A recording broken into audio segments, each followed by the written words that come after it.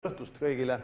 Mina olen Meelis Einstein, Kunda Nordic Cement tegev direktor ja kavatsen rääkida teile, et kui tark see Kunda Cement siis täna on ja mis tulevikus võib toimuda, aga mis veel kaugus tulevikus võib ka toimuda. Aga läheme liikvele ja siis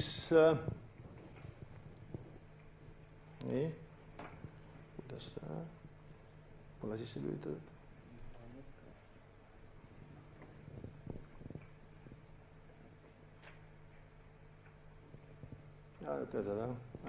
Siin on mõned lihtsalt, lähme ruttu üle, mis Kunda Nordic Cement on. Siin oli selline austatud vanahärra nagu siis John Girard de Sucaton, kes tsemendi tootmise Kundas siis üldse tõi. Temal oli üks sõber keemik ja niimoodi see läks. Ja siis läbi aega siin mitmeid selliseid verstaposte ja üks pilt siin esimesest tsemenditehasest. Tänane tsemenditehas on number 4 ja ilmselt varsti vajab 5. Me kuulume Heidelberg Cement Gruppi, 75%, 25% CRH, mis on ka rahvusvaheline eesmaterjalide tootja. Jah, siin on sellised andmed, millest võib nagu üle minna. Siin on pikk ajalugu. See on pilt tehasest, nagu näha, et mere ääres on, siin taga paistab ka Estonian Cell. Tehas ise on suhteliselt vana, ta pandi käima 1960 ja tsemendi tootmisvõimsus praegu on 1,4 miljonit tonni aastas.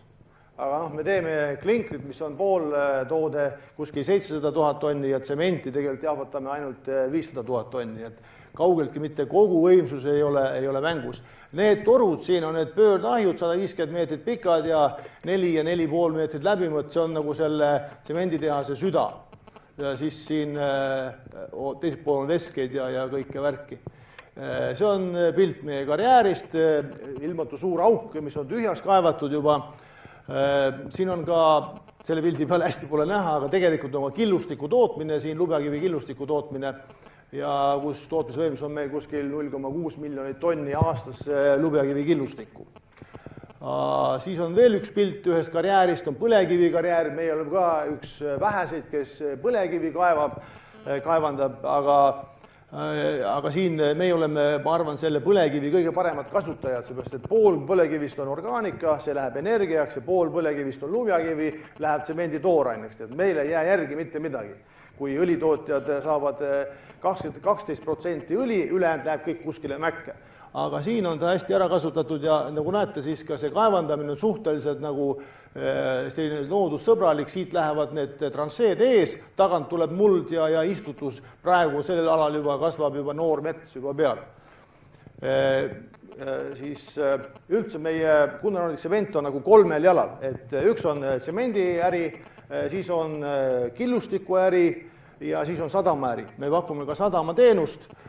Taga on siin näha tsemenditehas ja sadam, siin on mingi 3 kilomeetrit vahet, väga oluline tegevus meil ja sadam on ka mõnes mõttes nagu tervele Lääne-Virumaale selline väike merevärav.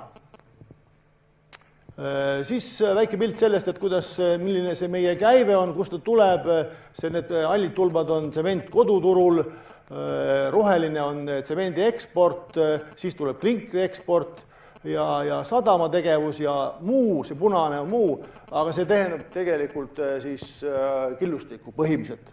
Ja nagu näed, kui need kõik kokku panna, siis me saame kuskil käibeks kuskil 55 miljonit euri aastas. Niimoodi, aga siis miks pärast ma julgen väita, et see tsement, mis Kundast tuleb, on tark. Et esiteks ta kindlustab töö ja leiva meie inimestele. Et proovige ise tööandjaks hakata ja ettevõtjaks hakata, siis näete, kui raske see on.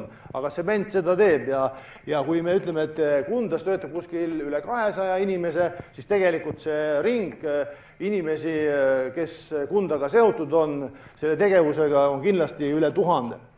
Nüüd siis teiseks on see, et ta sööb ära jäätmeid. Üle 300 000 tonni sööb tsemendi tootmine ära Eestis jäätmeid. ja kõigepealt siis olmejäätmetest valmistatud prügikütus kuskil 60 000 tonni aastas, elektrijaamade tuhk 60 000 tonni aastas ja killustiku sõelmed, tähendab see peenfraktsioon 0–4 millimeetrit, mis tavaliselt killustiku tootmisel jääb järgi, igal pool, kus karjääridest käid, siis näed ma ilmutuma suured hunnikud, meil läheb see tsemendi tootmiseks ja niimoodi võib öelda ka näiteks, et kui tsemenditehas Kundas töötab, siis ta mõjub Eestis, et ju kõige rohkem jäätmeid tekibki põlevkivitööstusest. Tegelikult ta siis mõjub negatiivselt põlevkivitööstuse jäätmetele. Me ise küll ka ladustame, tõsi jah, sinna tööstusprügilasse ja otsime lahendusi, et kuidas seda vältida edaspidi kuskil 10–15 000 tonni, aga me toome Narvast 60 000 tonni juurde, nii et kui meie töötame, siis me Eesti jäätmeid vähendame. Niimoodi, siis tuntud ja hästi selline kuum teema CO2 ja siis betoon ehk siis tsemendist valmistatud see ehitusmaterjal sööb ära CO2. Et näiteks siin on tehtud igasugu võrdlusi ja kindlasti ei taha siin vastanduda ennast puitehitusega, aga teed ja infrastruktuurid ja linnad ikkagi suurem jagu kasutatakse betooni. Betoon siis CO2 emissioon kogu elutsükli jooksul on kuskil 2–8% väiksem. Sellepärast, et ta on suvel, ta öösel salvestub seda siis jahedust, päeval ta annab nagu tagasi, jällegi kui köetakse ta üles, ta on nagu inertne ja vähendab neid ööpäevaseid kõikumisi. Mida suurem, mida külmem kliima, seda suurem see erinevus on. Nüüd teine asi see, mis on samuti leitud, on see, et tõsi, betooni siis tegemisel või tsemendi tegemisel, jah, me põletame kütuseid, me emiteerime CO2, aga hiljem siis avatud betoonpinnad ja siis ka, kui see betoon on purustatud killustikuks, siis ta võtab tagasi seda CO2 õhust. Ja ta on võimeline kuni 25% tootmisel emiteeritud CO2-st tagasi võtma. Siis üks asi ka, millest me räägime, et Eestis peaks hakkama ka tegema betoonteid. Tallinna linn on teinud ühe otsuse, et teha üks katselõik kuhugile. Betoonteil on mitu eelist. Üks on see kindlasti, et seal on 1–6% väiksem kütusekulu betooni peal sõites, sest et betoon on jäik ja see kummi veere takistus on väiksem. Ja siis on veel seal palju eeliseid, et remonti pole vaja teha nii tihti, alates eriti suur erinevus on, kui võtame tee elutsükkel seal 7–14 aastani, selles vahes on asfalttee ikkagi kallim tegelikult pidada kui betoontee. Ja siis rääkimata sellest, et seal on vähem valgustada vaja, et ta on turvalisem sõita, ta on heledam ja nii edasi. Bioloogiline mitmekesisus. Toon selle ka siin välja, seepärast, et kui me nägime seda pilti siin, kus meil see karjääri pilt oli, et näiteks kui see karjäär saab ammendatud, siis praegu me pumpame siit ära vett, siin me kaevandame kuigi palju vee seest veel, aga kui see kõik saab välja kaevatud siit, siis me rekultiveerime selle ära. Tänapäeval on see moodne, et juba praegu elab siin selliseid lindusi ja loomasi ja taimi, mis on Eestis haruldased, aga nendele meeldib siin elada.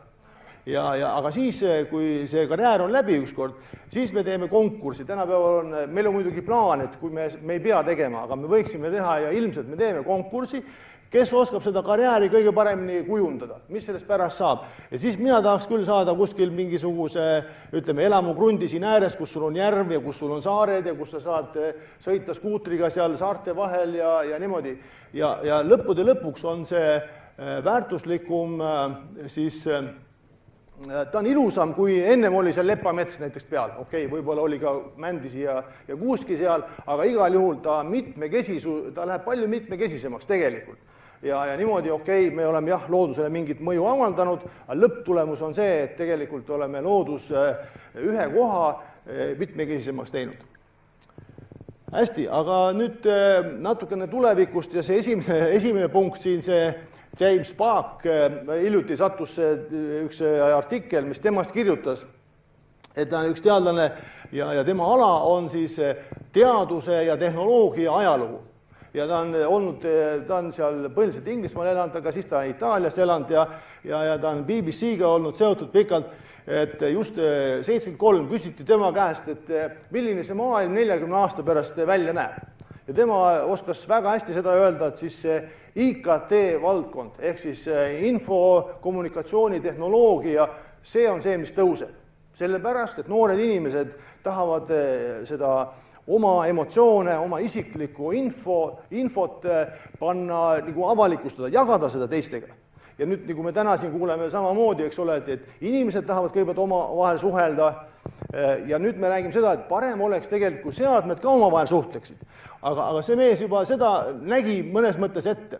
Ja nüüd siis küsiti uuesti, et mis nüüd edasi siis saab, et mis see järgmine 40 aastat võib meile tuua. Ja siis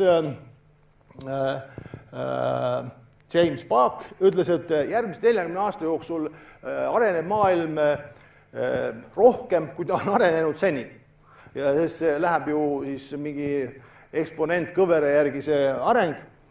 Aga tema toob välja selle, et nüüd infotehnoloogia, infokommunikatsioonitehnoloogia on arenenud ja nagu me täna näeme, et seal on arenguruumi veel, aga mis tuleb, on materjalide revolutsioon, mis tuleb peale. Ja nanotehnoloogia tuleb peale. Ja siin ta väidab seda, et meil igal saab olema nanotehnoloogiline siis tootmise seade, millega me ise võime siis ümbruskonnast leiduvast sodist või liivast või prahist ükskõik mida toota ja teha, lisades natuke mingeid gaase ja natuke süsinikku. Ja et siis kaob üldse see mõte ära, et kas meil üldse selliseid valitsusi vaja on, igasugune kaubandus ja see mõte kaob ka ära, me räägime 3D printerist, millega saaks endale kõik asjad printida, aga kui me oskaksime anda näiteks nendele osakestele sellele emakese maa osakestele mingi käsu kätte, et nüüd moodustage aken mulle ja uks ja edasi ja olete seal nagu paigas, nii kaua, kui ma tahan siin elada, kui enam ei taha, siis lähete tagasi endisesse olekusse. Aga see on nagu hästi julgete mõtete maailm, me saame aru sellest, aga niimoodi inimesed mõtlevad. Need inimesed, kes on nagu uurinud, et kuidas see teadus ja tehnoloogia on arenenud.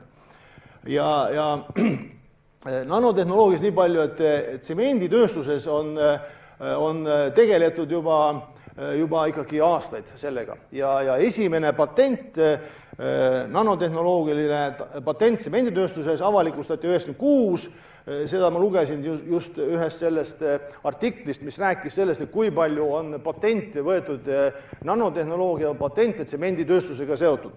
Alates 2007 on nende nanotsemendi patentide arv plahvatuslikult tulnud juurde. Ja siin ma lihtsalt nagu kopeerisin sellest tekstist mõned need kaubamärgid, mis on nagu tulnud, mis on nagu tsemenditööstuse kaubamärgid, mis on tegelikult valmis tooted, aga see nanotehnoloogia annab tsemendile palju suurema sellise parema väärtuse. Kas on ta vaja siis tõelist kulumiskindlust, mis kunagi ei kulu, või siis temperatuurikindlust või mis iganes, et need muudavad tsemendi seda karakteristikuid ja omadusi päris võimsalt.